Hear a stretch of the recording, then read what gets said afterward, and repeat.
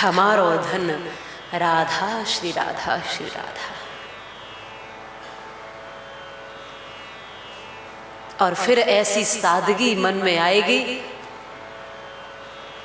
कि न पाने की चिंता न खोने का डर।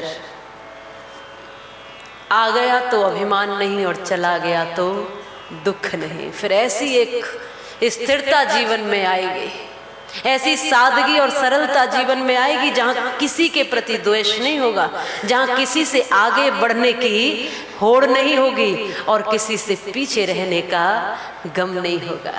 न आगे बढ़ने का चाहत है, न पीछे होने का भय है, न पाने का डर, न खोने की चिंता। जहाँ सम स्थिति हो जाएगी, उसी स्थिति को संतत्व की स्थिति कहते हैं, उसी स्थिति को संतुलन की स्थिति कहते हैं। संत और असंत में यही अंतर है। जिसने अपने जीवन को संतुलित कर लिया वो संत, और जिसका जीवन असंतुलित है वो असंत। संतुलित जीवन जिसका हो गया। गुरु नानक देव किसी सूफियों के गांव में गए और जब वहां गए, सूफियों को पता चला तो उनके गुरुओं ने एक दूध से भरा हुआ, लबालब भरा हुआ ऊपर तक गिलास भेजा। वो वहां एक स्थान पर ठहरे हुए थे गुरु नानक। जब वो गिलास दूध से भरा हुआ भेजा एकदम ऊपर तक, गुरु नानक देव तक वो गिलास पहुंचा दूध का।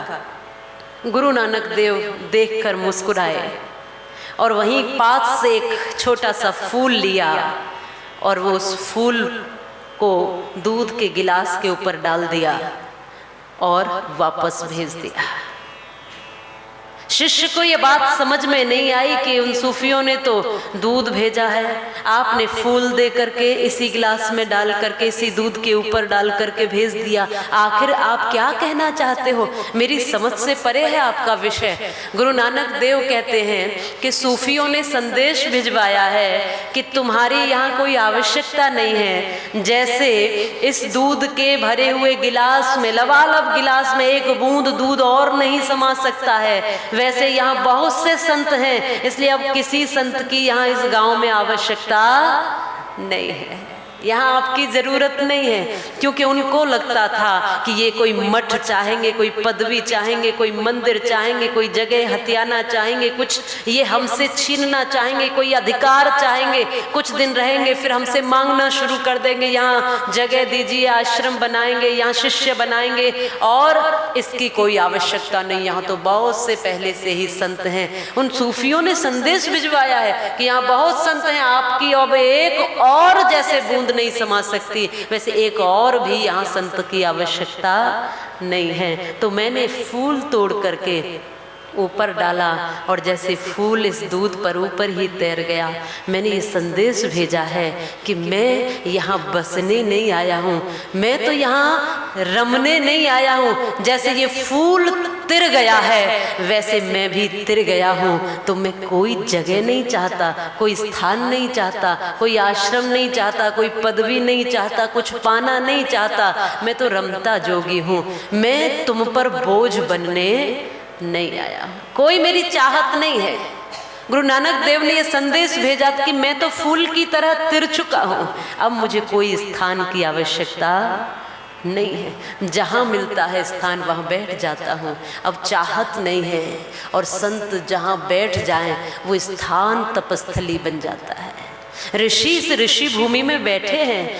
इस ऋषि भूमि में जब ऋषियों ने तप किया है, साधना की है, तब तो ये इतना पवित्र स्थल बन पाया है।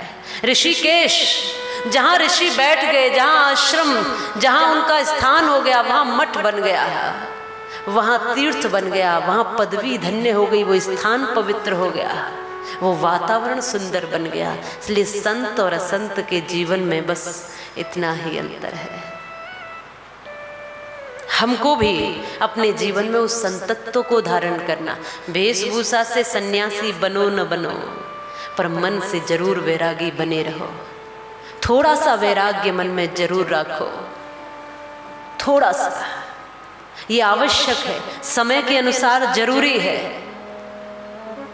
नहीं तो दुख होता है, बुढ़ापे में दुख होगा। बुढ़ापे में सोचोगे कि पहले बहुत चलती थी हमारी, अब नहीं चलती। ये सोचोगे पहले बहुत रुतबे थे हमारे, अब नहीं है वो रुतबे। पहले लोग हम एक बात कहते थे पूरी दुनिया सुन लेती थी, अब बच्चे भी नहीं सुनते हैं हमारे। क्यों? पहले जैसा समय सदैव थोड़ी बना रहेगा, वो आपका समय था, अब आपके बच्चों का समय है। धीरे धीरे समय बदल रहा है, तो धीरे धीरे तुम भी वैरागी हो जाओ, धीरे धीरे तुम भी छोड़ना शुरू कर दो, धीरे धीरे तुम भी इस कुंडली मार कर जो खजाने पर कब्जा जमा कर बैठे हो, हल्के हो जाओ। ऐसे गुरु नानक देव जैसे हल्के हो गए। मैं हल्का हो गया हूँ, मैं वजन लेता ही नहीं, ये फूल दूध में डूबा नहीं है, ऊपर ही तैर गया है, मैं डूबने नहीं आया, मैं तो तैर गया हूं, इस संसार से पार हो गया। अब मुझे जरूरत नहीं है कोई स्थान घेरने की, कुछ कब्जा करने की। इसलिए हल्के हो जाओ, समय अनुसार धीरे धीरे धीरे धीरे थोड़े से हल्के होते चले जाओ।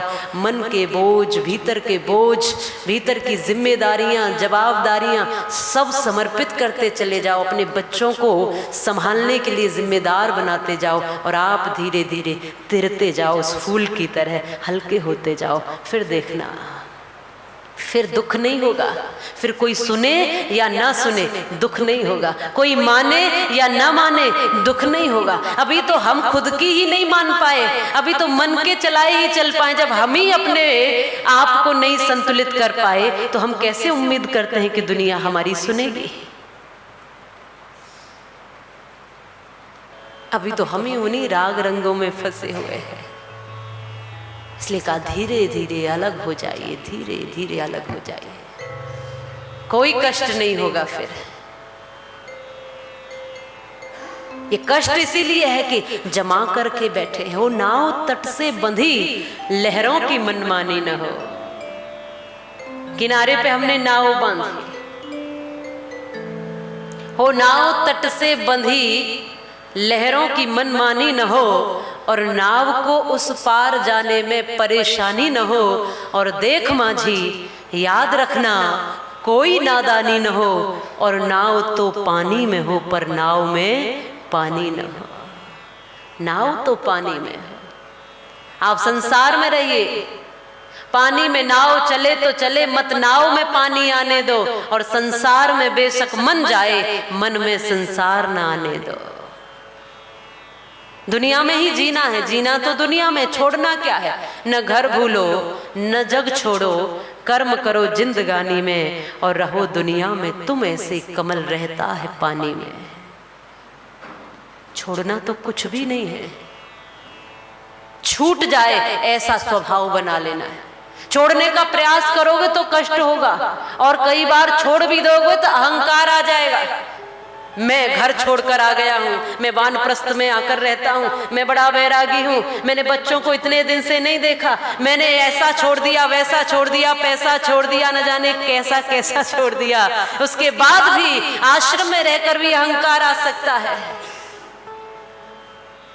घर छोड़ा लेकिन आश्रम का मोह ने पकड़ लिया, कुछ छोड़ा तो कुछ पकड़ोगे।